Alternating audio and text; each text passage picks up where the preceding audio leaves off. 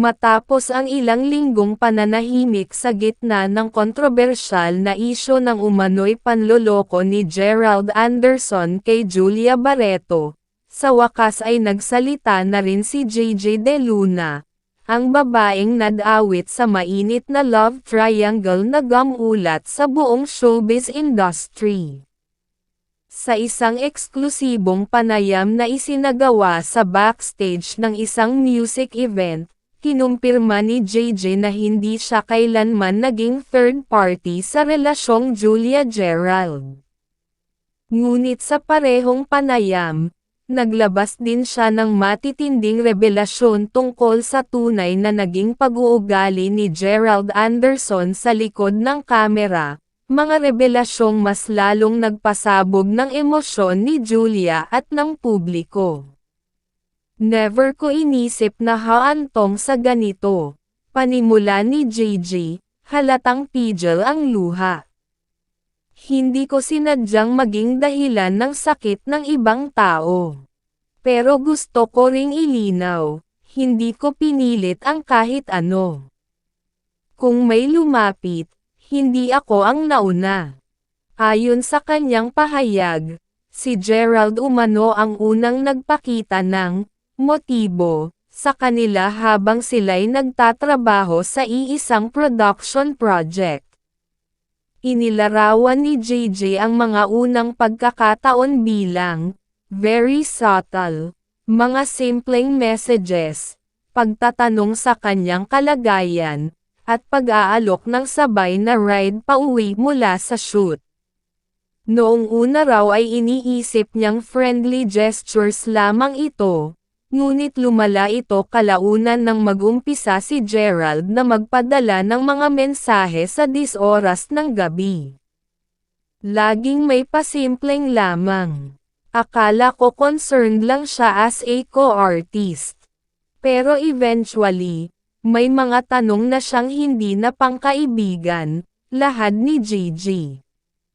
Ayon pa sa kanya, ilang beses niyang tinanong si Gerald kung okay sila ni Julia, ngunit lagi raw sinasabi ni Gerald na complicated na ang relasyon nila ni Julia at hindi na raw sila okay. Kaya naman, sa akala niyang hiwalay na sila o on the rocks ang dalawa, nagpatuloy siya sa pakikipag-ugnayan sa aktor. Isang desisyong inamin niyang pinagsisisihan niya ngayon. Kung alam ko lang na maayos pa sila ni Julia noon, hindi ako lalapit. Hindi ako papatol, sambit pa ni JJ, sabay sabing handa siyang harapin si Julia kung nanaisin nito ng personal na pag-uusap. Hindi ako perpekto, pero hindi ko rin ginusto to. Nasaktan din ako sa mga nangyari. Samantala, emosyonal namang nag-react si Julia Barreto sa bagong revelasyong ito.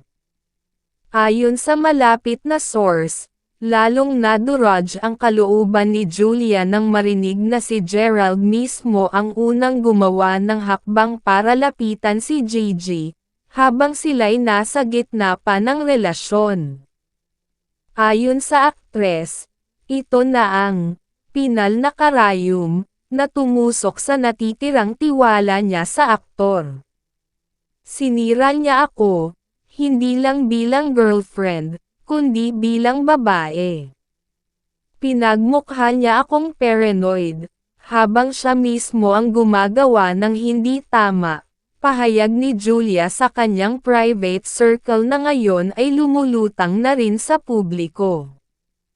Ilan sa mga celebrity friends ni Julia gaya ni Janela Salvador, Loisa Andalio at Andrea Brillantes ay naglabas na rin ng kanilang suporta sa pamamagitan ng social media.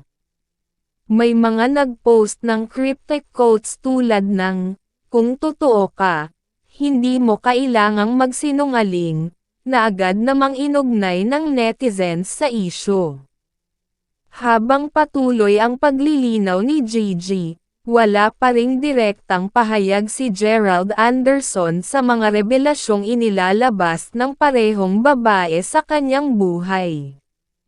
Sa kabila nito, ayon sa insider, mas pinili umano ni Gerald ang pananahimik, dahil sa kagustuhang protektahan ang lahat ng sangkot.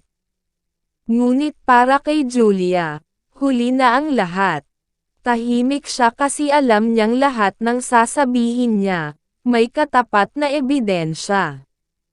Hindi na kami maniniwala sa sorry kung huli na ang lahat, mariing pahayag ng aktres sa isang closed-door meeting kasama ang kanyang team.